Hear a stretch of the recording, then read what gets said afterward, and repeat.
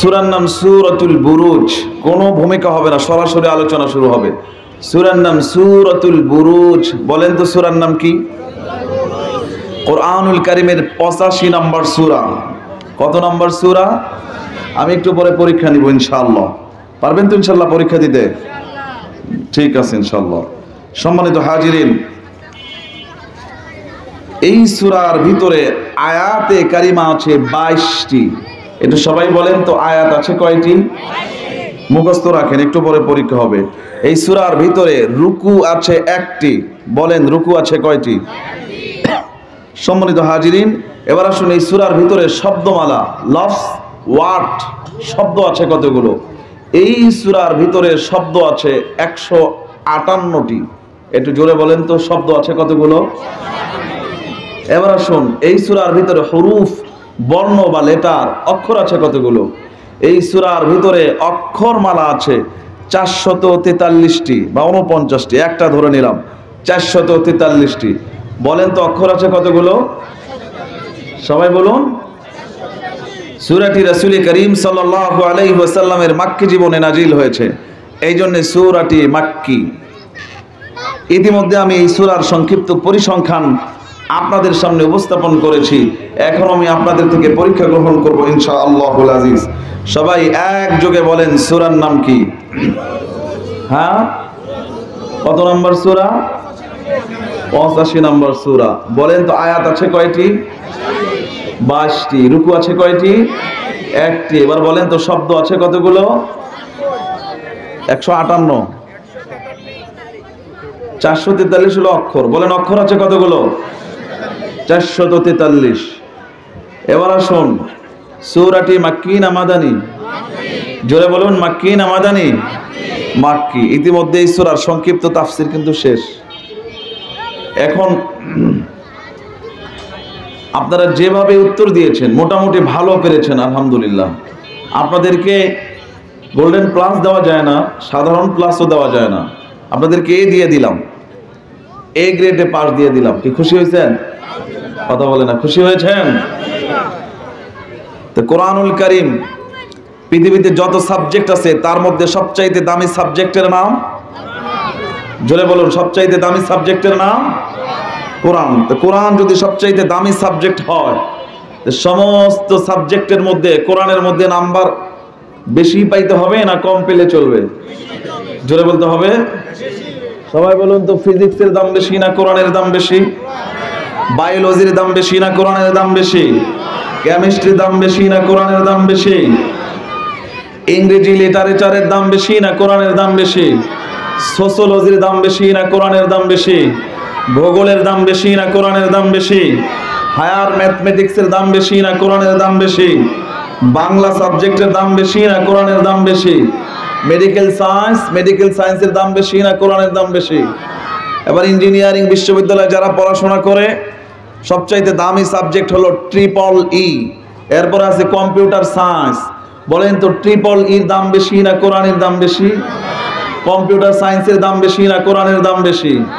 সুতরাং কোরআন যদি সকল সাবজেক্টের সেরা হয়, কোরআন যদি সবচাইতে দামি সাবজেক্ট হয়, তো সকল সাবজেক্টের চাইতে কোরআন নামক সাবজেক্টে নাম্বার বেশি পেতে হবে। একটু জোরে বলুন, ঠিক কি না? আচ্ছা বলেন তো, মুসলিম জাতির পিতার নাম কি? একটু জোরে বলতে হবে। মুসলিম জাতির পিতার নাম? আমাদের জাতীয় বাবার নাম? আরে না, ইব্রাহিম আলাইহিস সালাম। আমাদের জাতীয় বাবার নাম বুঝে নাই? মুসলিম জাতির পিতা মানে আমাদের জাতীয় বাবা। বলেন, আমাদের জাতীয় বাবার নাম ইব্রাহিম আলাইহিস সালাম। আর আমাদের আদি বাবার নাম আদম আলাইহিস সালাম। আর জন্মদাতা পিতার নাম এক একজনের বাপের নাম এক একটা। জোরে বলেন, ঠিক কি না? আল্লাহ রাব্বুল ইজ্জত ওয়াল জালাল আমাদের পিতা, জাতীয় বাবা ইব্রাহিম আলাইহিস সালাম থেকে পরীক্ষা নিয়েছেন। ইব্রাহিম আলাইহিস সালাম প্রতিটি পরীক্ষায় 100তে 100 নাম্বার পেয়ে উত্তীর্ণ হয়েছেন। কোন পরীক্ষায় তিনি 99 নাম্বার পান নাই। একটু জোরে বলা যাবে কি সুবহানাল্লাহ? আল্লাহ বলছেন, وَإِذِ ابْتَلَى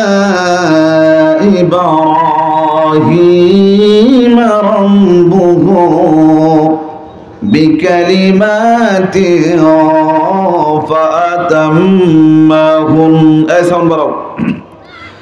সম্মানিত হাজিরিন, আল্লাহ সুবহানাহু ওয়া তাআলা জানিয়ে দিলেন, আমি ইব্রাহিম থেকে পরীক্ষা নিয়েছি। ইব্রাহিম যতগুলো পরীক্ষা দিয়েছে প্রত্যেকটি পরীক্ষায় শতভাগ নাম্বার পেয়ে উত্তীর্ণ হয়ে গেছে। এবার বলেন তো, আমাদের বাবা, জাতীয় বাবা ইব্রাহিম আলাইহিস সালাম, তিনি প্রত্যেকটি পরীক্ষায় 100তে 100 পেয়েছেন। বাবা যদি 100তে 100 পায়, সন্তান হয়ে আমাদেরও 100তে 100 পাওয়া দরকার আছে না নাই? বাবার মতো সন্তান হওয়া দরকার আছে না নাই? যেই সন্তান বাবার মতো হয় না, বকে যায়, নষ্ট হয়ে যায়, ওকে ভালো সন্তান না কুসন্তান? কথা বলে না, ভালো সন্তান না কুসন্তান? আমাদের জাতীয় বাবা ইব্রাহিম আলাইহিস সালামের মতো সন্তান আমরা, তেনার সন্তান আমরা, জাতীয় সন্তান, বাবার মতো আমরা হতে চাই। আল্লাহ তৌফিক দান করুন, সবাই বলেন আমিন। তিনি যে আমাদের জাতীয় বাবা, এই দলিল দিয়েছেন কে? কথা বলে না, কে? আমরা যে মুসলমান, এই নামটা রাখছে কে? কে রেখেছেন? ইব্রাহিম আলাইহিস সালাম রেখেছেন। আর আল্লাহ রাব্বুল আলামিন সত্যায়ন করেছেন। আমরা যে মুসলমান, এই নাম আদম আলাইহিস সালাম রাখে নাই, এই নাম নূহ আলাইহিস সালাম রাখে নাই, এই নাম ঈসা আলাইহিস সালাম রাখে নাই। আমাদের পিতা আমাদের নাম রেখেছেন মুসলমান। সন্তান হলে বাবার দায়িত্ব সন্তানের নাম রাখা। তা আমাদের জাতীয় বাবা ইব্রাহিম আলাইহিস সালাম, তেনার জাতীয় সন্তান মুসলমান, এই নামটা তিনি আমাদেরকে দিয়েছেন মুসলমান। একটু জোরে মুহাব্বতে বলেন সুবহানাল্লাহ। আচ্ছা বলেন তো, আমাদের যে বাবা, যাকে আমরা বাবা বলে ডাকি, যাকে আমরা আব্বা বলে ডাকি, তিনি যে আমাদের বাবা, দলিল কি? দলিল কি? এক ভাই বলতেছে খালি, আরে দলিল হলো মা। জোরে বলেন তো, দলিল কি? আর একটু জোরে বলুন। মা হলো 1 নাম্বার দলিল। 2 নাম্বার দলিল হলো আধুনিক মেডিকেল সায়েন্সের ডিএনএ টেস্ট, কোন ক্ষেত্রে ফরেনসিক টেস্ট। খেয়াল করেন, মা যখন বলে এটা তোমার বাবা, তখন আমরা তাকে আব্বা বলে ডাকা শুরু করি। কোনো কারণে কোনো মা যদি সন্তান অস্বীকার করে, কোনো কারণে কোনো বাবা যদি সন্তান অস্বীকার করে, ওই সন্তান যদি বলে এটা আমার বাবা, এটা আমার মা, কিন্তু বাবা মা স্বীকার করতেছে না, তখন সেটা প্রমাণ করার মাধ্যম কি? মেডিকেল সায়েন্সের ডিএনএ টেস্ট করতে হবে। ডিএনএ টেস্টে যদি প্রমাণিত হয় যে হ্যাঁ, এই লোকের সন্তান এই ছেলে, বা এই মহিলার সন্তান এই মেয়ে, তখন তারা ওটা মেনে নিতে বাধ্য থাকবে। বাংলাদেশ আইনেও মেনে নিতে বাধ্য থাকবে। এরপরও বলেন, মেডিকেল সায়েন্সের যে টেস্ট আছে, এই টেস্টগুলো, ল্যাব টেস্টগুলো মাঝে মাঝে ভুল হয় কি হয় না? আরে জোরে বলেন, ভুল হয় কি হয় না? এবং মা আছে দুনিয়ার সব মায়েরাই ভালো, 2-1 বদমাশ মহিলাও আছে, একজনের সন্তান আর একজনের নামে চালিয়ে দেয়। এই জাতীয় সম্ভাবনা, জোরে বলেন তো, আছে না নাই? আরে কথা বলেন না কেন, আছে না নাই? কিন্তু দুনিয়ার বাবা প্রমাণ করতে মা হলো বড় দলিল, এরপরে হলো ডিএনএ টেস্ট আর এক দলিল। এই দুইটার মধ্যে সন্দেহ থেকে যায় মাঝে মাঝে। তো আল্লাহ রাব্বুল আলামিন দলিল দিয়েছেন, ইব্রাহিম আলাইহিস সালাম আমাদের বাবা। এই দলিলের ভিতরে একটু জোরে বলেন তো, কোনো সন্দেহ আছে? আল্লাহ বলছেন, মিল্লাতা আবিকুম ইব্রাহিম হুয়া সাম্মাকুমুল মুসলিমিন।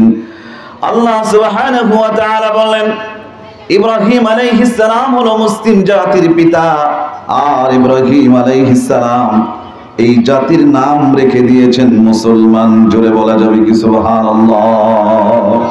তাহলে বলুন তো, মায়ের দলিল, ডিএনএ টেস্টের দলিল, আল্লাহর দলিল, মায়ের দলিল বড় না আল্লাহর দলিল বড়?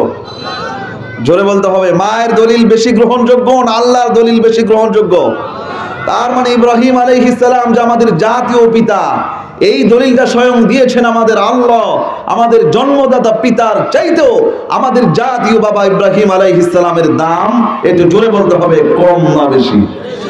জোরে বলুন, কম না বেশি? সেই বাবার মতো আমরা হতে চাই। আল্লাহ তৌফিক দান করুন। জোরে বলেন। এই সূরার একটা শানে নজরুল আছে, আমি সেদিকে যাব না, সময় নাই। সর্বোচ্চ 48 মিনিট সময় হতে পাবো, এর মধ্যে শেষ হয়ে যাবে, আধা ঘন্টা থেকে 40 মিনিট। এই সূরার শুরুতে আল্লাহ রাব্বুল আলামিন 4টি কসম খেয়েছেন। একটু জোরে বলেন তো, কয়টি? কথা বলতে হবে, তাফসীর বুঝতে হলে এগুলো একটু জবাব দিতে হবে। জোরে বলেন, কয়টি? চারটি কসম খেয়েছেন। এক নম্বরে আল্লাহ কসম খেয়েছেন ওয়াস-সামাই যাতিল বুরুজ। বানজুন শব্দের বহুবচন হলো বুরুজ। এর অর্থ হচ্ছে নক্ষত্ররাজি বা আকাশ মণ্ডলীতে আল্লাহ রাব্বুল ইজ্জত ওয়াল জালাল যা কিছু দিয়ে আকাশকে সুশোভিত করেছেন, সজ্জিত করেছেন, তারকারাজি, চন্দ্ররাজি, সূর্যরাজি, আকাশকে আল্লাহ রাব্বুল ইজ্জত ওয়াল জালাল তারকা দিয়ে সজ্জিত করেছেন আমাদের জন্য। একটু জোরে বলেন সুবহানাল্লাহ। আল্লাহ বলছেন সজ্জিত আকাশের কসম। খেয়াল করেন, সুশোভিত আকাশের কসম, সাজানো গোছানো আকাশের কসম। রাতের বেলা যখন আপনি বাড়ি থেকে বের হন, আকাশের দিকে যখন তাকান, আকাশে যখন মিটি মিটি তারকারাজি দেখতে পান, এই তারকা এবং পূর্ণিমার চাঁদ যখন আমরা দেখতে পাই, একটু জবান খুলে জবাব দিবেন, ভালো লাগে না খারাপ লাগে? এই জোরে বলেন, ভালো লাগে না খারাপ লাগে? আকাশ আমাদের জন্য যিনি সাজিয়েছেন তিনি কে? জোরে বলুন, তিনি কে? আল্লাহ বলছেন তাবারাকাল্লাযী জাআলা ফিস-সামাই বুরুজাও ওয়া জাআলা ফীহা সিরাজাও ওয়া কামারাম মুনীরা। একটু জোরে মহব্বতে বলুন আল্লাহু আকবার। আল্লাহ সুবহানাহু ওয়া তাআলা আকাশ মণ্ডলীকে এই তারকারাজি দ্বারা সুসজ্জিত করেছেন। আল্লাহ সুবহানাহু ওয়া তাআলা চন্দ্র দ্বারা আকাশকে সজ্জিত করেছেন। আল্লাহ সুবহানাহু ওয়া তাআলা আকাশকে সূর্য দ্বারা সৌন্দর্য বর্ধন করেছেন। আল্লাহ সুবহানাহু ওয়া তাআলা আকাশকে এত সুন্দর করে সাজিয়েছেন। মহাশূন্যের ভিতরে রাব্বুল ইজ্জত ওয়াল জালাল কত কিছু যে তৈরি করে রেখেছেন, এগুলো গবেষণা করলে আপনার মাথা নত হয়ে যাবে, সিজদা করতে বাধ্য হয়ে যাবেন। মহাশূন্যের ভিতরে আমার আল্লাহ সুবহানাহু ওয়া তাআলা গ্যালাক্সি তৈরি করেছেন, ব্ল্যাক হোল তৈরি করেছেন, মিল্কি ওয়ে তৈরি করেছেন, ধূমকেতু তৈরি করেছেন, নিহারিকা পুঞ্জ তৈরি করেছেন। রাব্বুল ইজ্জত ওয়াল জালাল উপগ্রহগুলি আল্লাহ রাব্বুল আলামিন আকাশের মধ্যে তৈরি করে রেখেছেন। নেপচুন তৈরি করেছেন, প্লুটো তৈরি করেছেন, শুক্র, বুধ, বৃহস্পতি আল্লাহ সুবহানাহু ওয়া তাআলা এই সৃষ্টিগুলো মহাশূন্যের ভিতরে আল্লাহ রাব্বুল আলামিন সৃষ্টি করে রেখেছেন। সম্মানিত হাজিরিন, মহাশূন্যের ভিতরে আছে গরমের স্তর, বরফের স্তর, উইদাউট অক্সিজেন, অক্সিজেন ছাড়া স্তর। এবার বলেন তো, এই জায়গায় যদি আমার আল্লাহ সুবহানাহু ওয়া তাআলা 2 মিনিটের জন্য অক্সিজেন সরবরাহ বন্ধ করে দেয়, আমরা কি মানুষ থাকবো নাকি লাশে পরিণত হয়ে যাব? কয় মিনিট? 2 মিনিটও লাগবে না।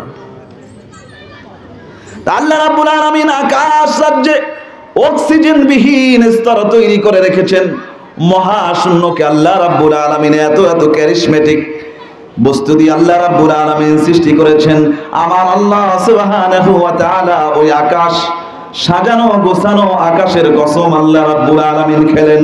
2 নম্বরে আল্লাহ বলছেন ওয়াল ইয়াউমিল মাউউদ। আল্লাহ রাব্বুল আলামিন প্রতিষ্ঠিত দিবসের কসম খেলেন। তার মানে কিয়ামত দিবসের কসম আল্লাহ সুবহানাহু ওয়া তাআলা খেলেন। এবার বলুন তো, আমাদের সামনে কিয়ামত আছে না নাই? এটা জোরে বলা লাগবে ভাই, আমাদের সামনে কিয়ামত আছে না নাই? আমরা মরে যাব, পচে যাব, গলে যাব, কবরে আমাদের কোনো অস্তিত্ব থাকবে না, সমস্ত অস্তিত্ব বিলীন হয়ে যাবে।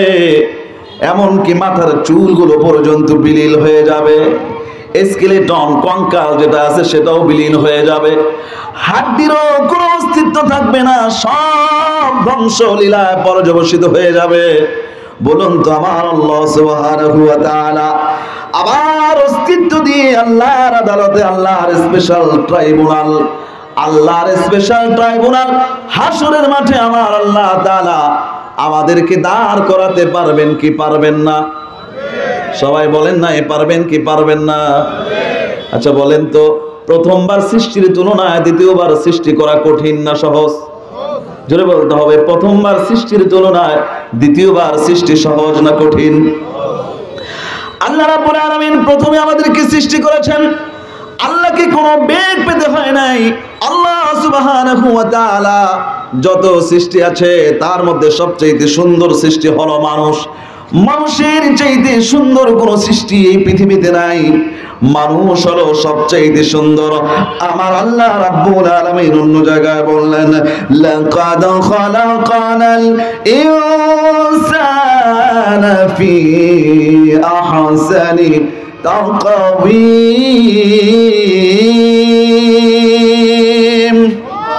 আল্লাহ সুবহানাহু ওয়া তাআলা মানুষকে সবচেয়ে সুন্দর আকৃতি দিয়ে সৃষ্টি করেছেন। প্রথমবার আল্লাহ তাআলা সৃষ্টি করেছেন বিনা ডাইশে, আল্লাহ সৃষ্টি করেছেন। আল্লাহর জন্য কোনো ডাইশের প্রয়োজন হয় নাই। অটোমেটিকলি আল্লাহ সুবহানাহু ওয়া তাআলা আমাদেরকে সৃষ্টি করেছেন। মরে যাব, পচে যাব, হাড্ডি পর্যন্ত থাকবে না, বিলীন হয়ে যাব। আবার অস্তিত্ব দিয়ে আল্লাহ রাব্বুল আলামিন আল্লাহর স্পেশাল ট্রাইব্যুনাল, আল্লাহর আদালতে আমাদেরকে আমার আল্লাহ দাঁড় করাতে পারবেন কি পারবেন না? সম্মানিত হাজিরিন, একটা এক্সাম্পল দিলে ভালো বুঝবেন।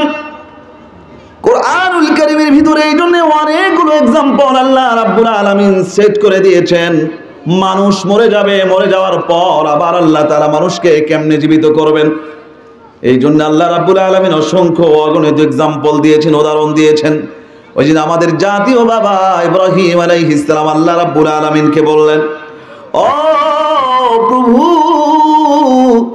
মরণের পর আবার কেমনে জীবিত করবারে আল্লাহ, এটা আমি একটু দেখতে চাই। আল্লাহ রাব্বুল আলামিন ইব্রাহিম আলাইহিস সালামকে বলে, have you not believe? Ibrahim, তুমি কি বিশ্বাস করো না? ইব্রাহিম আলাইহিস সালাম বললেন, হ্যাঁ হ্যাঁ আমি বিশ্বাস করি। ওয়ালাকিন লিয়াতমাইন্না কলবি, তবে আমি আমার অন্তরটাকে একটু সান্ত্বনা দিতে চাই। আল্লাহ সুবহানাহু ওয়া তাআলা সূরাতুল বাকারার মধ্যে বললেন, ওয়া ইয ক্বালা ইব্রাহিম রাব্বি আরিনি কাইফা তুহয়িল মাউতা ক্বালা আওয়ালাম তু'মিন ক্বালা বালা ওয়ালাকিন লিয়াতমাইন্না কলবি قال فخذ أربعة من الطير فصرهن إليك ثم اجعل على كل جبل منهن جزءا ثم ادعهن يأتينك سعيا। একটু জোরে মহব্বতে বলেন তো আল্লাহু আকবার। ইব্রাহিম আলাইহিস সালাম আমাদের জাতীয় বাবা আল্লাহ রাব্বুল আলামিনকে যখন বললেন, প্রভু রব্বি আরিনি কাইফা তুহয়িল মাউতা, মরণের পর কেমনে জীবিত করব আমি একটু দেখতে চাই রে আল্লাহ। আল্লাহ রাব্বুল আলামিন বলেন, ক্বালা ওয়ালাম তুমিন, তুমি কি বিশ্বাস করো না রে ইব্রাহিম?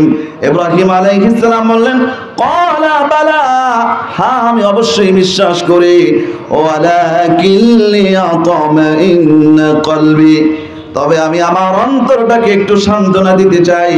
আল্লাহ রাব্বুল আলামিন বললেন, ঠিক আছে, তোমাকে আমি দেখাবো মরণের পর কেমনে জীবিত করি। এই দৃশ্য দেখাবার জন্য আমি এবার তোমাকে হুকুম দিলাম, তুমি 4টা পাখি ধরো। একটু জোরে বলেন তো কয়টা পাখি? জোরে বলেন কয়টা? আল্লাহ রাব্বুল আলামিন বলেন, ইব্রাহিম, একটা কাক, একটা কবুতর, একটা ময়ূর, একটা মোরগ, এই জাতীয় 4টা পাখি তুমি ধরো। ইব্রাহিম আলাইহিস সালাম 4টা পাখি ধরলেন, লালন পালন শুরু করলেন। পাখিগুলির প্রতি যখন মায়ার মহব্বত বেড়ে গেল, আল্লাহ সুবহানাহু ওয়া তাআলা ইব্রাহিম আলাইহিস সালামকে বার বলে, ও ইব্রাহিম, মরণের পর কেমনে জীবিত করবে এটা তুমি দেখতে চেয়েছো? ইব্রাহিম আলাইহিস সালাম বলে, আল্লাহ আমি দেখতে চেয়েছি। আল্লাহ বলে, ইব্রাহিম দেরি করো না, এই 4 পাখি তুমি জবাই করো। যেই আল্লাহ রাব্বুল আলামিন বলেছেন 4 পাখি জবাই করো, ইব্রাহিম আলাইহিস সালাম সাথে সাথে 4 পাখি জবাই করলেন। পাখিগুলো কিন্তু এখন আর জীবিত নাই, সব মৃত অবস্থায়। খেয়াল করেন, আল্লাহ সুবহানাহু ওয়া তাআলা বললেন, ইব্রাহিম এই চার পাখিকে তুমি চারটা টুকরা করো, চারটা ভাগে বিন্যস্ত করো, চার অংশ করো। একটা অংশ তুমি এক পাহাড়ে রেখে দাও, হাড্ডিগুলি এক পাহাড়ে রেখে দাও, গোশতগুলি আর এক পাহাড়ে রেখে দাও, নারী ভুঁড়িগুলি আর এক পাহাড়ে রেখে দাও, পশম আর চামড়াগুলি আর এক পাহাড়ে রেখে দাও। ইব্রাহিম আলাইহিস সালাম আল্লাহ রাব্বুল আলামিনের কথা মতো জবাই করলেন, চারটা টুকরা বানালেন, চারটা পাহাড়ে রেখে দিলেন। আচ্ছা বলেন তো, এখন বলেন তো, পাখির শরীরের অংশগুলি কয় পাহাড়ে আছে? জোরে বলেন, কয় পাহাড়ে? মৃত না জীবিত? জোরে বলেন। আল্লাহ রাব্বুল আলামিন বলেন, ইব্রাহিম মরণের পর কেমনে জীবিত করব, এইটা আমি এবার তোমাকে একবারে চোখের সামনে তোমাকে দেখাবো রে ইব্রাহিম। চারটা অংশ তো চারটা পাহাড়ে রাখা আছে। আল্লাহ বলেন, ইব্রাহিম তুমি চারটা পাখির নাম ধরে ডাকা শুরু করে দাও। ইব্রাহিম আলাইহিস সালাম চার পাখির নাম ধরে ডাকা শুরু করলেন। ও ময়ূর, ও মোরগ, কবুতর, যেই নাম ধরে ডাক দিয়েছেন ইব্রাহিম আলাইহিস সালাম দেখতে পাচ্ছেন হাড্ডির সাথে হাড্ডি লেগে যায়, গোশতের সাথে গোশত লেগে যায়। যেই জায়গায় লিভার থাকার কথা সেই জায়গায় লিভার সেট আপ হয়ে যাচ্ছে, যেই জায়গায় কিডনি থাকবার কথা সেই জায়গায় কিডনি সেটিং হয়ে যাচ্ছে, যেই জায়গায় নারী ভুঁড়ি থাকবার কথা ওই জায়গায় নারী ভুঁড়িগুলি সেটিং হয়ে যাচ্ছে, যেই জায়গা মাথা থাকবার কথা সেই জায়গা মাথা সেট আপ হয়ে যাচ্ছে, যেই জায়গায় লেজ থাকবার কথা সেই জায়গায় লেজ সেটিং হয়ে যাচ্ছে। চাইরটা পাখি জীবন্ত হয়ে দৌড়া দৌড়া ইব্রাহিম আলাইহিস সালামের সামনে এসে উপস্থিত হয়ে গেছে। একটু জোরে বলেন আল্লাহু আকবার। তাহলে বলেন তো, মরণের পর সব অস্তিত্ব শেষ হওয়ার পরেও আমার আল্লাহ আবার জীবিত করে আল্লাহর আদালতে আমাদেরকে দাঁড় করাতে পারবেন কি পারবেন না? আল্লাহর বুঝি সেই ক্ষমতা নাই? একটু জোরে বলেন, আল্লাহর বুঝি সেই ক্ষমতা নাই? আল্লাহর ক্ষমতার বুঝি মেয়াদ আছে? আরে জোরে কোন মেয়াদ আছে নাকি? 2 বছর, 4 বছর, 5 বছর? আল্লাহর ক্ষমতার মনে হয় ভৌগোলিক সীমারেখা আছে। আল্লাহর ক্ষমতা মনে হয় শুধু বাংলাদেশে চলে। কথা বলে না? তাহলে বাংলাদেশের বর্তমানে প্রধানমন্ত্রী নাই, প্রধান উপদেষ্টা ইউনূস সাহেবের ক্ষমতা কিন্তু পাকিস্তানে চলবে না, পাকিস্তানের প্রধানমন্ত্রীর ক্ষমতা বাংলাদেশে চলবে না। আবার এক দেশের প্রধানমন্ত্রীর ক্ষমতা, প্রেসিডেন্টের ক্ষমতা আর এক দেশে চলে না। কিন্তু আমার আল্লাহ তাআলা এমন এক মহা পাওয়ারফুল ক্ষমতাধর আল্লাহ, আল্লাহর ক্ষমতা চলে না এই পৃথিবীর 1 ইঞ্চি জায়গাও এমনটা নয়, সব জায়গায় একচ্ছত্র ক্ষমতা চলে যার। জবান খুলে বলেন তো নাম কি তার? একটু জোরে বলেন না, নাম কি তার? এবার বলেন তো, মহাশূন্যের ভিতরে ক্ষমতা চলে কার? আটলান্টিক মহাসাগরের 10,000 ফিট গভীরে কারো ক্ষমতা চলে না। জো বাইডেনের ক্ষমতা চলে না, ডোনাল্ড ট্রাম্পের ক্ষমতা চলে না। ওই মহাসাগরগুলির অতল তলদেশে একজনের ক্ষমতা চলে। একটু জবান খুলে বলা লাগবে তিনি কে? আমার আল্লাহ বলছেন, লা তাফুযুনা ইল্লা বিসুলতান। ও দুনিয়ার ক্ষমতা ধররা, ও দুনিয়ার স্বৈরাচাররা, ও দুনিয়ার জালেমরা, কোথায় যাবা? মহাশূন্যে যাওয়া, সেখানেও আমি আল্লাহর ক্ষমতা চলে। আটলান্টিক মহাসাগরের নিচে চলে যাওয়া, সেখানেও আমি আল্লাহ তাআলার ক্ষমতা চলে। অ্যামাজন বলে চলে যাওয়া, অ্যামাজন বনে মনে হয় শুধু বাঘ আর সিংহের ক্ষমতা চলে। কার ক্ষমতা চলে? একটু জোরে বলেন না, কার ক্ষমতা চলে? অ্যামাজন বনে যাবা, সেখানেও ক্ষমতা চলে আল্লাহর। একটু জোরে বলা যাবে কি সুবহানাল্লাহ? আল্লাহ রাব্বুল আলামিনের ক্ষমতার কোনো মেয়াদ নাই। দুনিয়া মানুষ মাঝে মানে যাদেরকে ফুলের মালা দিয়া চেয়ারে বসা দেয়, জুলুমের মাত্রা বেড়ে গেলে ওই ক্ষমতাধরদেরকে আবার জুতা পিটা করে চেয়ার থেকে মাঝে মাঝে নামায়। এমন দৃশ্য বলেন তো দেখা যায় কি যায় না? আরে জোরে বলেন না, কোনো যায় কি যায় না? তাহলে আমার আল্লাহর ক্ষমতার কোনো মেয়াদ আছে? মানতে হবে কাকে? জোরে বলেন তো, মানবো কাকে? আল্লাহ সুবহানাহু ওয়া তাআলাকে মানবো। দুনিয়ার চেয়ার পেয়ে যারা বেহুশ হয়ে যায়, দুনিয়ার চেয়ার পেয়ে যাদের মাথা ঠিক থাকে না, ভিন্ন মতাদর্শের মানুষের উপরে জুলুম করে, নিপীড়ন করে, নির্যাতন করে, বিরোধী দলীয় মানুষকে খুন করে, গুম করে, হত্যা করে, এমনও হয়েছে এই দেশে বিনা জানাজায় শত শত যুবকের লাশ কবরে রাখা হয়েছে। এই দৃশ্যই খবর আমরা কেউ না জানলেও একজন জানে। একটু জবান খুলে বলেন তো তিনি কে? আমি সেই আলোচনার দিকে যাব না, আপনারা চিন্তা করার কোনো কারণ নাই। সম্মানিত হাজিরিন, কিন্তু এই দেশে জানাজা ছাড়া অনেক লাশ কিন্তু কবরে দেওয়া হয়েছে, মাটির নিচে পুঁতে দেওয়া হয়েছে। এই তথ্য আমাদের কারো কাছে যদি নাও থাকে, বিবিসির কাছে নাই, বাংলাদেশ টেলিভিশনের কাছে নাই, বাংলাদেশ বেতারের কাছে নাই, ইলেকট্রিক মিডিয়ার কাছে নাই, প্রিন্ট মিডিয়ার কাছে নাই, কিন্তু এই তথ্য আছে যার কাছে। জবান খুলে বলেন তো তিনি কে? আমার আল্লাহ বলছেন, ওয়ালা তাহসাবান্নাল্লাহু গাফিলান আম্মা ইয়ামালুয-যালিমুন। আল্লাহ সুবহানাহু ওয়া তাআলা বললেন, দুনিয়ার কোন জায়গায় কোন জালেম, কোন স্বৈরাচার, কোন অপরাধ করে, এই তথ্য পৃথিবীর কোন রয়টার্সের কাছে থাক বা না থাক, বিবিসির কাছে থাক বা না থাক, আল্লাহ তাআলার কাছে সব তথ্য আছে না নাই? এই জন্য চেয়ার পেলে কিন্তু বেহুশ হওয়া যাবে না, চেয়ার পেলে পাগল আর মাতাল হওয়া যাবে না।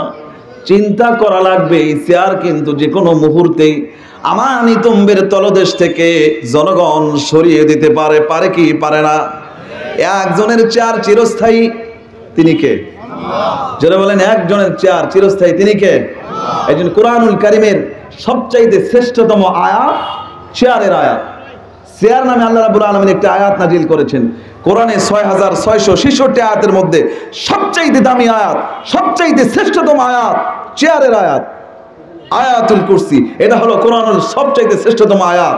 তো চেয়ারের আয়াতটাই শ্রেষ্ঠতম আয়াত। এই আয়াত দিয়ে আল্লাহ তাআলা বোঝাতে চেয়েছেন, দুনিয়ার ক্ষণস্থায়ী চেয়ারের মালিকরা 2 বছর, 5 বছর, 10 বছর, এর বাইরে তো আর কিছু নয়। সুতরাং চেয়ার পেয়ে বেশি বাহাদুরি করো না, বাড়াবাড়ি করো না, যে কোনো মুহূর্তে তোমার চেয়ার চলে যেতে পারে। একটু জবান খুলে বলেন ঠিক কিনা? সম্মানিত হাজিরিন, তাহলে ইব্রাহিম আলাইহিস সালাম দেখলেন যে সব কেটে টুকরো টুকরো করা হয়েছে, আবার আল্লাহ তাআলা জীবন্ত বানিয়ে একবারে দৌড়াতে দৌড়াতে 4টা পাখি যখন তিনার সামনে উপস্থিত করে দিয়েছেন, একটু জবান খুলে বলেন না সুবহানাল্লাহ। আর আধুনিক মেডিকেল সায়েন্স, আমাদেরকে কান লাগান, আধুনিক মেডিকেল সায়েন্স এই যে ওটিতে নিয়ে মানুষকে কাটাকাটি করে, গলার অপারেশন করে, নাকের অপারেশন করে, কানের অপারেশন করে, চোখের অপারেশন করে, হার্টের অপারেশন করে, open heart surgery, bypass surgery, এইগুলো মেডিকেল সায়েন্স পেয়েছে কোথা থেকে? শিখেছে কোথা থেকে? কোরআনুল কারীমের সূরাতুল বাকারার এই 260 নম্বর আয়াত গবেষণা করে তারা অপারেশন আবিষ্কার করেছে। সুবহানাল্লাহ বলবেন না? একটা তথ্য পেলেন আজকে, মারাত্মক তথ্য, থিওরিক্যাল তথ্য পেয়ে গেলেন যে অপারেশন আবিষ্কার করেছে আধুনিক মেডিকেল সায়েন্সের ডাক্তাররা। কোথা থেকে আবিষ্কার করেছে? যে ইব্রাহিম আলাইহিস সালামকে যে আল্লাহ তাআলা 4 পাখি ধরতে বললেন, 4 পাখি জবাই করলেন, কেটে টুকরো টুকরো করে বিভিন্ন জায়গায় রাখলেন, আবার এইগুলো আল্লাহ তাআলা জোড়া দিয়ে তাজা বানায় দিলেন, জীবন্ত বানিয়ে দিলেন। এই আয়াত গবেষণা করে মেডিকেল সায়েন্স অপারেশন আবিষ্কার করেছে। মানুষের হাত বের করে গামলার ভিতরে রাখে, সেটা ধুয়ে মুছে সাফ করে, জার্ম যেগুলো আছে, জীবাণু যেগুলো আছে সব সাফ করে আবার জায়গা মতো সেটিং করে দেয়, জায়গা মতো সেট আপ করে দেয়। মানুষকে এই ক্ষমতা যিনি দিয়েছেন, একটু জবান খুলে বলেন তিনি কে? বলেন না তিনি কে? সম্মানিত হাজির, কোনটা থেকে কোনটা বলি? 2 নম্বরে কসম খেলেন কিয়ামত দিবসের। তো সেই কিয়ামতের মাঠে আমাদেরকে উপস্থিত হওয়া লাগবে কিনা? সেই কথা চিন্তা করে জীবন পরিচালিত করতে হবে, উল্টা পাল্টা জীবন চালানো যাবে না। সম্মানিত হাজিরিন, এরপর আল্লাহ তাআলা কসম খেয়েছেন,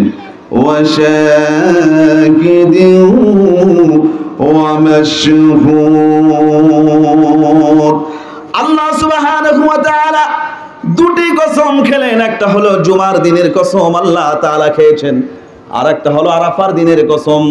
জুমার দিন সপ্তাহের 7 দিনের মধ্যে শ্রেষ্ঠতম দিনের নাম হলো জুমার দিন। আল্লাহ নবী সাল্লাল্লাহু আলাইহি ওয়াসাল্লাম বলেছেন, যেই দিনগুলোতে সূর্য পূর্ব আকাশে উদিত হয় এই দিবসগুলির মধ্যে শ্রেষ্ঠতম দিবসের নাম হলো জুমার দিন, যেটাকে আমরা বাংলায় বলি শুক্রবার, ইংরেজিতে বলে ফ্রাইডে। শুক্রবার হলো অফ ডে আর বাকি দিনগুলো হলো ওয়ার্কিং ডে। সম্মানিত হাজিরিন, এই শুক্রবারের দাম কত? নবীজি সাল্লাল্লাহু আলাইহি ওয়াসাল্লাম বলেছেন, কানাল জুমআ ইযা ওয়াকাফাতিল মালাইকাতু আলা বাবিল মসজিদ। আল্লাহ নবী সাল্লাল্লাহু আলাইহি ওয়াসাল্লাম বলেছেন, জুমার দিন যখন চলে আসে দুইজন ফেরেশতা মসজিদের দরজায় ডায়েরি নিয়ে দাঁড়িয়ে যায়। খেয়াল করেন, দুইজন ফেরেশতা মসজিদের দরজায় ডায়েরি নিয়ে দাঁড়িয়ে যায়। একতুবুনাল আউয়াল ফাল আউয়ালু কাল মুহাজ্জিরিল্লাযী ইহুদি বাদানাতান। নবীজি সাল্লাল্লাহু আলাইহি ওয়াসাল্লাম বলেছেন, ওই দুইজন ফেরেশতা ডায়েরি নিয়ে দাঁড়িয়ে যায়। সর্বপ্রথম যেই বান্দা জুমার দিনে মসজিদে প্রবেশ করে আমার আল্লাহ সুবহানাহু ওয়া তাআলা ওই বান্দার আমলনামায় একটা উট আল্লাহ রাস্তায় কুরবানি করলে যেই সওয়াব হবে তার সমপরিমাণ সওয়াব ওই বান্দার আমলনামায় ওই ফেরেশতারা উঠায়া দেয়। এটা হলো 1 নম্বরে যে ঢুকে। এবার বলেন তো, জুমার দিনে কি আমরা আগে আগে যাই না পরে পরে যাই? কথা বলে না, সবাই পরে পরে যায়। খতিব সাহেব যখন আরবি খুতবা দেওয়া শুরু করে কোন রকম করে ঢুকে, সালাম শেষ, সুন্নত নাই, আবার দির করে সব বের হওয়া শুরু হয়। একটু জোরে বলেন তো, এই এলাকায় এমন মুসল্লি একটাও নাই? জোরে বলেন, এই এলাকায় এমন মুসল্লি একটাও নাই। অথচ আমার আল্লাহ নবী বলেন, সর্বপ্রথম যেই বান্দা জুমা প্রবেশ করবে আল্লাহ সুবহানাহু ওয়া তাআলা তার আমলনামা পুরা একটা উট কুরবানি করার সমপরিমাণ সওয়াব তার আমলনামায় উঠায়া দিবেন। বার বলবেন, একটা উট দাম কত? একটা প্রিমিয়াম প্রাইভেট কারের সমপরিমাণ দাম 25 লাখ টাকা। 20 লাখ টাকার নিচে ভালো কোনো উট পাওয়া যাবে না। এবার আমরা সারা জীবন কামাই করে তো 20 লাখ টাকা কামাই করতে পারি না, অনেকে আছি। আপনি শুধু জুমার দিনে যদি মসজিদে আগে আগে ঢুকে যান, সর্বপ্রথম ঢুকে যান একটা প্রাইভেট কার, 20 লাখ 25 লাখ টাকা আল্লাহ রাস্তায় দান করলে যে সওয়াব হবে তার সমপরিমাণ সওয়াব আমলনামায় উঠা দিবেন। যিনি জবান খুলে বলেন তো তিনি কে? সম্মানিত হাজিরিন, জুমার দিনের কত দাম? নবীজি সাল্লাল্লাহু আলাইহি ওয়াসাল্লাম বলেছেন, এরপরে যে বান্দা প্রবেশ করবে কাল্লাযী ইহুদি বাদানাতান কাল্লাযী ইহুদি বাকরাতান, 2 নম্বরে যেই বান্দা জুমার মসজিদে প্রবেশ করবে আল্লাহ সুবহানাহু ওয়া তাআলা তার আমলনামা একটা গরু কুরবানি করলে যে সওয়াব হবে তার সমপরিমাণ সওয়াব উঠায়া দিবেন। সুবহানাল্লাহ বললেন না? একটা গরুর দাম, মিডিয়াম গরুর দাম 1 লাখ টাকা। অস্ট্রেলিয়ান গরু হলে আরো বেশি আছে না? কথা কয় না? আপনি একটু জুমার দিন আগে গেলেই 1 লাখ টাকা আল্লাহ রাস্তায় দান করার সওয়াব পাচ্ছেন। এত বড় বোনাস পয়েন্টের ব্যবস্থা আমার আল্লাহ করে রেখেছেন, আমরা সেগুলো গ্রহণ করতে চাই না। যাই সবার পরে, বের হওয়ার সময় সবার আগে। কথা ঠিক? এটা জোরে বলেন। আর যদি খতিবের বক্তব্য 5 মিনিট বেশি হয়, কিছু মুসল্লি আছে খতিবের উপর আক্রমণ, খতিবকে মারধর করে, খতিব সাহেবকে অত্যাচার করে, অকথ্য ভাষায় গালিগালাজ করে। এই জাতীয় মুসল্লি এই এলাকায় একটাও নাই। জুমার দিনে 2-4-5 মিনিট বেশি হলে মাথা গরম কাদের বেশি হয় জানেন? যেগুলো সব সময় বিড়ি টানে, এগুলার বেশি মাথা খারাপ হয়। একটু জোরে কোন, ঠিক কিনা? কেউ রাগ করলেন নাকি? রাগ করলেন? বাস্তবতা আছে কিন্তু। যারা গুল লাগায়, বিড়ি খায়, এগুলো একটু বেশি সময় গেলেও মাথা খারাপ হয়ে যায়। আল্লাহ ওদেরকে হেদায়েত দান করুক। আরে জোরে কোন আমিন। আল্লাহ ওদেরকে সহি বুঝ দান করুক। আর একটু জোরে কোন আমিন। জুমার দিন হলো ইবাদতের দিন। জুমার দিন ইবাদতের দিন। আল্লাহ রাসূল বলেছেন, ফাকসিরু আলাইয়া মিনাস সালাহ, এই দিবসে আমার উপরে বেশি বেশি দুরূদ পড়ো। রাসূল করিম সাল্লাল্লাহু আলাইহি সাল্লাম বলেছেন। আবার আল্লাহ রাসূল বলেছেন, জুমার দিনে যে সূরাতুল কাহাফ তেলাওয়াত করবে আল্লাহ তাআলা তার বিগত 1 সপ্তাহের সমস্ত সগীরা গুনাহগুলো মাফ করে দিবেন। কিন্তু আমরা জুমার দিন ইবাদতের দিন আমরা ইবাদত দিয়ে উদযাপন করি না। জুমার দিনে এক সপ্তাহ ছিল, 6 দিন ছিল ওয়ার্কিং ডে, কাজ করা লাগছে অফিসে, আর জুমার দিন শুক্রবারের দিন অফ ডে। এই শুক্রবারের দিনকে বাংলাদেশ যত টেলিভিশন চ্যানেল আছে সবগুলোতে জুমার দিনে বিশেষ নাটক আর বিশেষ সিনেমার ব্যবস্থা আছে না নাই? আরে কথা বলেন, আছে না নাই? তার মানে ইবাদত করার দরকার নাই, সারাদিন টেলিভিশন থেকে সময় কাটা। কিভাবে আমাদেরকে দেখেন ইবাদত থেকে বঞ্চিত করার চক্রান্ত ইহুদি খ্রিস্টানদের। সম্মানিত হাজিরিন, 6 দিন ছিল ওয়ার্কিং ডে অথবা 5 দিন ছিল ওয়ার্কিং ডে, আর এই শুক্রবার শনিবার হলো অফ ডে। এবার বাকি দিনগুলোতে যদি মোবাইল টিপাটিপি করছে 5 ঘন্টা, এই জুমার দিনে মোবাইল টিপে কমপক্ষে 10 ঘন্টা। কথা কি ঠিক? আরে কথা বলে না, কথা কি ঠিক? এবার বলেন তো, এই শুক্রবারের দিনে বিভিন্ন জায়গায় কনসার্টের আয়োজন আছে না নাই? কথা বলেন, আছে না নাই? তাসের আড্ডা, জুয়ার আড্ডা আছে না নাই? শুক্রবার দিনকে তারা পুঁজি বানায়। অথচ আল্লাহ রসুল বলেছেন জুমার দিন, এই দিন আল্লাহ তাআলা আদম আলাইহিস সালামকে সৃষ্টি করেছেন, আদমের রূহ ফুঁকে দিয়েছেন, এই দিনে কিয়ামত সংঘটিত হবে। সম্মানিত হাজিরিন, এই জন্য এই দিবসে ভয়ে থাকা, যে এই দিবসে কিয়ামত হবে, এই জন্য জুমার দিনে ভয়ে থাকা, সব সময় আল্লাহর জিকির করা, বেশি বেশি দুরূদ পাঠ করা, সূরাতুল কাহফ তেলাওয়াত করা, তাহলে আল্লাহ তাআলা আপনার বিগত সপ্তাহের সমস্ত সগীরা গুনাহগুলো মাফ করে দিবেন। আমরা জুমার দিনকে উদযাপন করি কেমনে? বেশি বেশি গুনাহ করে। এক সপ্তাহ গুনাহ করতে পারে নাই, 5 দিন আর 6 দিন, এবার জুমার দিন শুক্রবারের দিন কাজা কাফারা সব আদায় করে। কথা বলেন ঠিক কিনা? কাজা কাফারা সব আদায় করে। এই জুমার দিনকে সম্মান করার তৌফিক আল্লাহ আমাদেরকে দান করো। আর একটু জোরে বলুন, জুমার দিনে আল্লাহ বেশি বেশি ইবাদত করার তৌফিক দান করো। জুমার দিনের দোয়া সবচেয়ে বেশি কবুল করেন যিনি, জোরে বলেন তিনি কে? আল্লাহ নবী সাল্লাল্লাহু আলাইহি ওয়াসাল্লাম বলেছেন, মা মিন মুসলিমিন ইয়ামুতু ইয়াউমাল জুমআতি আও লাইলাতিল জুমআতি ইল্লা ওয়াকাহুল্লাহু ফিতনাতাল কবর। নবীজি সাল্লাল্লাহু আলাইহি ওয়াসাল্লাম বলেছেন, জুমার দিনে যদি কোনো মুসলিম নর অথবা নারী, মুসলিম পুরুষ অথবা নারী মৃত্যুবরণ করে, ওই নর নারীর কবরে আল্লাহ তাআলা আযাব দিবেন না। তাহলে বলেন তো, জুমার দিনে বেশি বেশি ইবাদত নাকি বেশি বেশি টেলিভিশন স্ক্রিনের সামনে চোখ? জোরে বলেন, কি করতে হবে? বেশি বেশি করে ইবাদত করতে হবে। আল্লাহ তৌফিক দান করুন। একটু জোরে মহব্বতে বলেন আমিন। ওয়া মাশহুদ, আল্লাহ সুবহানাহু ওয়া তাআলা এরপরে কসম খেলেন আরাফার দিবসের কসম। 365 দিনের মধ্যে শ্রেষ্ঠতম দিন হলো আরাফার দিন, শ্রেষ্ঠতম রাত লাইলাতুল কদরের রাত, দিনের মধ্যে শ্রেষ্ঠতম দিন হলো আরাফার দিন। এই জন্য আল্লাহ নবী সাল্লাল্লাহু আলাইহি ওয়াসাল্লাম বলেছেন, আরাফার দিবসে আল্লাহর সকাশে আকাশের দিকে হাত তুলে কেউ যদি দোয়া করে, দোয়া করার পর মনে মনে ভাবে আমার জীবনে এত বেশি গুনাহ, হয়তো আমার আল্লাহ মাফ করবেন না, আমার এত বেশি গুনাহ, এই গুনাহ কি আর মাফ হওয়া সম্ভব?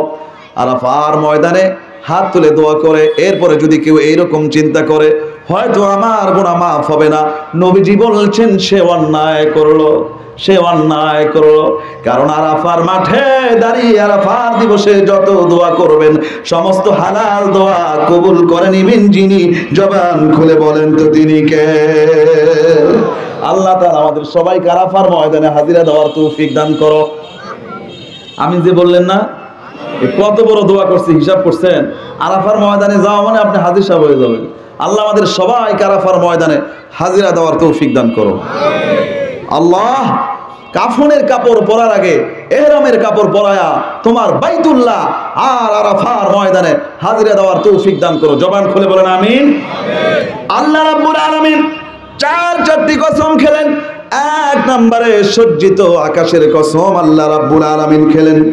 2 নম্বরে আল্লাহ তাআলা কিয়ামত দিবসের কসম খেলেন। 3 নম্বরে আল্লাহ তাআলা জুমার দিনের কসম খেলেন। 4 নম্বরে আল্লাহ তাআলা আরাফার দিবসের কসম খেলেন। 4টি কসম খাওয়ার পর আমার আল্লাহ রাব্বুল আলামিন একটা বক্তব্য প্রদান করবেন। এবার আমার সাথে কথা বলেন, আল্লাহ রাব্বুল আলামিন বক্তব্য দেওয়ার শুরু করার আগে কসম খাক আর না খাক আল্লাহর বক্তব্যের মধ্যে কোনো সন্দেহ আছে? হ্যাঁ, আছে নাকি? কোনো সংশয় আছে? মিথ্যার কোনো সুযোগ আছে? সোনা ভাই, কলিজা ভাই, ভিতরে ঢুকলে খুব ভালো হয়, ভিতরে ঢুকলে ভালো হয় ভাই। প্লিজ প্লিজ, কে আপনাদের খারাপ লাগতেছে? বক্তা নিয়ে আসতে বলি আমি, হ্যাঁ বক্তা নিয়ে আসতে বলি, বক্তা আনো। আমারও একটা মাহফিল আছে, আরো একটা মাহফিল আছে। আমাকে ছেড়ে দিলে আলহামদুলিল্লাহ। লিল্লাহে তাকবীর, একটু জবান খুলে বলুন লিল্লাহে তাকবীর। আল্লাহ তাআলা বক্তব্যের শুরুতে কসম খাক আর না খাক, আল্লাহর বক্তব্যের মধ্যে কোনো সন্দেহ, কোনো সংশয়, মিথ্যার কোনো সুযোগ আছে ভাই? কোনো সুযোগ নাই। এরপরও মাঝে মাঝে আল্লাহ কেন কসম খায়? মানব জাতির স্বভাব চরিত্র হলো কসম খেলে মানুষ একটু সহজে মেনে নিতে চায়। কথা বলেন ঠিক কিনা? যখন দেখবেন ঝগড়া লেগে গেছে মারাত্মক, মহিলা একজন আরেকজনকে মানাতে পারছে না, তখন মহিলারা কি করে?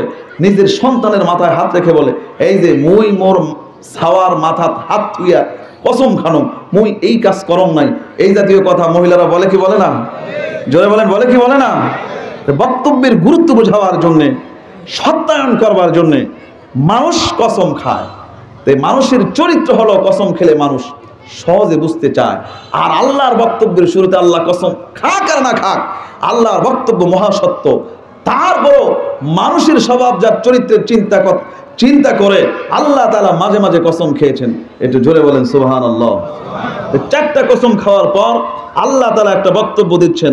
এখন ওইটা বলতে গেলে 2 ঘন্টা সময় লাগবে, আমাকে ছেড়ে দিলে ভালো হয়, বক্তা আনার ব্যবস্থা করেন। সম্মানিত হাজিরিন, এবার আল্লাহ বলছেন কুতিলা আসহাবুল উখদুদ। আল্লাহ সুবহানাহু ওয়া তাআলা বলতেন গর্তের অধিবাসীরা ধ্বংস হয়ে গেছে। খেয়াল করেন, গর্তের অধিবাসীরা ধ্বংস হয়ে গেছে। গর্তের অধিবাসীকে গর্তের মধ্যে ফেললো আবার কাকে? তার মানে মাঝখানে বোঝা যাচ্ছে একটা কাহিনী আছে, একটা ঘটনা আছে। জোরে বলেন ঠিক কি না? একজন জালেম স্বৈরাচার বাদশা, তার নাম ছিল দাকিয়ানুস। এই স্বৈরাচার, এই জালেম বাদশা, সে রাজকার্য পরিচালনা করত জাদুবিদ্যার সহযোগিতা নিয়ে। জাদুর সহযোগিতায় রাজকার্য পরিচালনা করত। তার রাজ দরবারে যে জাদুকর ছিল, এই জাদুকর খুব বৃদ্ধ হয়ে যায়, বয়স শেষ হয়ে যায়। জাদুকর তখন বাদশাকে বলে, ও বাদশা, আমার তো সময় শেষ, আমি তো মরে যাব। তুমি একটা ট্যালেন্ট বাচ্চা আমাকে এনে দাও, একটা মেধাবী বাচ্চা আমাকে এনে দাও, একটা বুদ্ধিমান বাচ্চা আমাকে এনে দাও। পুরা রাজ্যের মধ্যে তুমি ঘোষণা করে দাও, একটা মেধাবী বাচ্চা তালাশ করে আমার কাছে নিয়ে আসো। বাদশা দাকিয়ানুস পুরা রাজ্যের মধ্যে এলান করলেন, ঘোষণা করলেন, এই রাজ্যের মধ্য থেকে একটা ট্যালেন্ট, মারাত্মক মেমোরিওয়ালা একটা বাচ্চা খুঁজে বের করলেন। তাফসীরের কিতাবের মধ্যে আসছে ওই বাচ্চার নাম হলো আব্দুল্লাহ বিন তামের। যে কেন আনা হলো?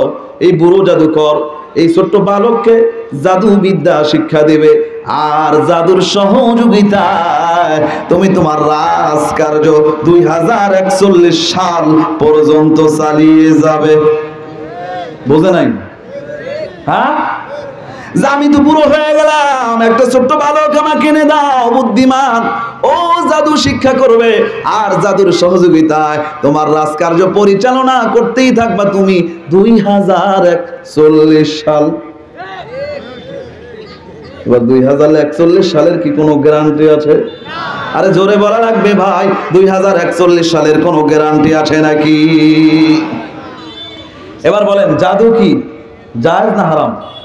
হ্যাঁ, কথা বলেন। ব্ল্যাক ম্যাজিক, কালো জাদু, একজন আরেকজনের বিরুদ্ধে জাদু করে কি করে না? বান মারে, জাদু করে, আরো কত কি করে। এগুলো করা যাবে না, এগুলো হারাম। আল্লাহ রাসূল বলেছেন, এই যে তানিবুল মুবিকাত আস-সিহরু ওয়াশ-শিরক। আমার উম্মত শোনো, 2টা বিষয় থেকে তোমরা বেঁচে থাকো। একটা হলো জাদু, আর একটা হলো শিরক। শিরক করা যাবে না, জাদুও করা যাবে না, জাদুবিদ্যাও শিক্ষা গ্রহণ করা যাবে না। ব্ল্যাক ম্যাজিক হারাম। সুতরাং ব্ল্যাক ম্যাজিক থেকে আমরা বেঁচে থাকবো। আল্লাহ তৌফিক দান করো। জোরে বলেন আমিন, জোরে বলেন আমিন। সম্মানিত হাজিরিন, বাচ্চা যখন এই যুবককে এনে ওই বুড়ো জাদুকরের কাছে দিল, এই বাচ্চাটা, এই বালকটা আব্দুল্লাহ বিন তামের প্রতিদিন এই বুড়া জাদুকরের কাছে আসে আর জাদুবিদ্যা শিক্ষা গ্রহণ করে, প্রতিদিন আসে আর যায়। হঠাৎ করে বালকটা দেখলেন একদিন রাস্তার পাশে একজন আল্লাহওয়ালা মানুষ, একজন বুজুর্গ মানুষ, সে মানুষকে ধর্ম শিক্ষা দিচ্ছে, সে মানুষকে দিন শিখাচ্ছে। আব্দুল্লাহ বিন তামির আচমকাই ওই আল্লাহওয়ালা বুজুর্গের দরবারে বসে গেছে। এই আল্লাহওয়ালা যে ভাষণ দিচ্ছে, তিনি যে মানুষকে ওয়াজ নসিহত করতেছেন, এই ওয়াজ নসিহত গুলো বালকের অন্তরে দাগ কেটে গেছে, বালকের বড় ভালো লেগে গেছে। আব্দুল্লাহ বিন তামির তখন ওই আল্লাহওয়ালা পাদ্রী বুজুর্গ ব্যক্তিকে বলে, আমি আপনার ধর্মে দীক্ষিত হতে চাই। আল্লাহওয়ালা বুজুর্গ পাদ্রী বলে, তুমি আমার ধর্মে দীক্ষিত হতে চাও, বিপদ কিন্তু সামনে আসবে, বিপদ কিন্তু মেনে নিতে হবে, বিপদ সামনে আসবে। ঠিক আছে, তোমাকে আমার ধর্মে দীক্ষিত করতে পারি, তবে বিপদ আসার সম্ভাবনা কিন্তু খুব বেশি। এবার বলেন তো ইমানদার, ইমানদারের সামনে বিপদ আছে না নাই?